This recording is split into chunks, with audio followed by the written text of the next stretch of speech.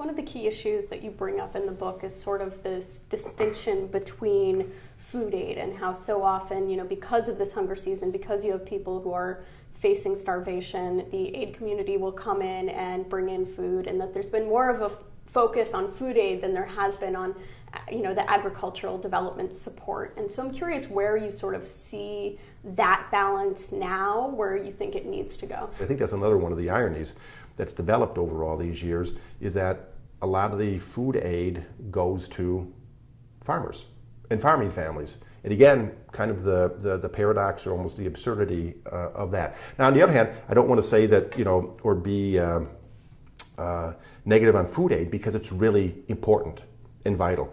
But the longer term solution is the longer term agriculture development aid, so that these farmers are in a position to feed themselves and that they have this resilience. So when a shock comes from climate or conflict or something, they're able to rebound swifter from that. And so they're not in this position of dependency for so long. And I think that's really important. So in terms of say the reforming food aid efforts that are out there in the United States, to kind of take a look at our food aid system and say, well, how do we modernize that? How do we use our development aid to assist farmers to be as productive as possible, so they don't need the food aid to begin with? You kind of see that then kind of in the U.S. Feed the Future program, the assistance that and the programs that the G8 say has come up with.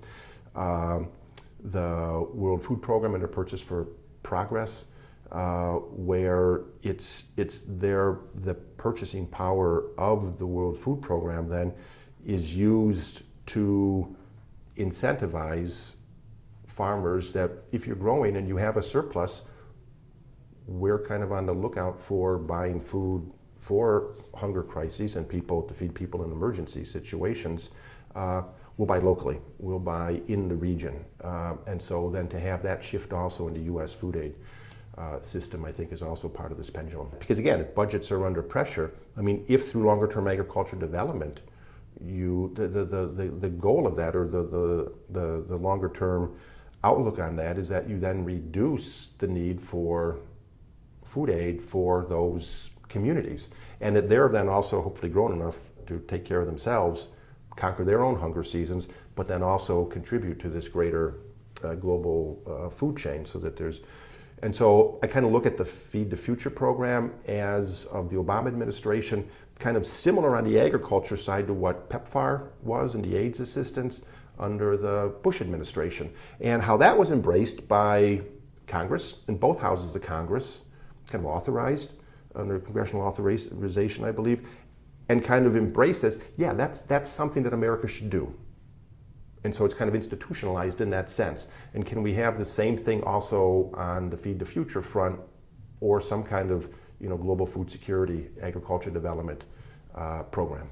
And what do you think the development community's role in that is? What does the development community need to do to sort of foster the type of acceptance and change, and the role of smallholder farmers in the work that it does?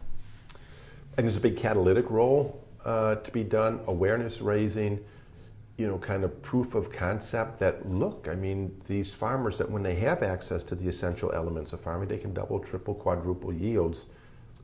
We can see what happens. And so to tell those stories, to raise awareness, to get the word out, to focus on those projects, and then also to be thinking of scalability. So I think that's a great role for the development community, to kind of be able to point out that, look how vital and valuable and indispensable these farmers are.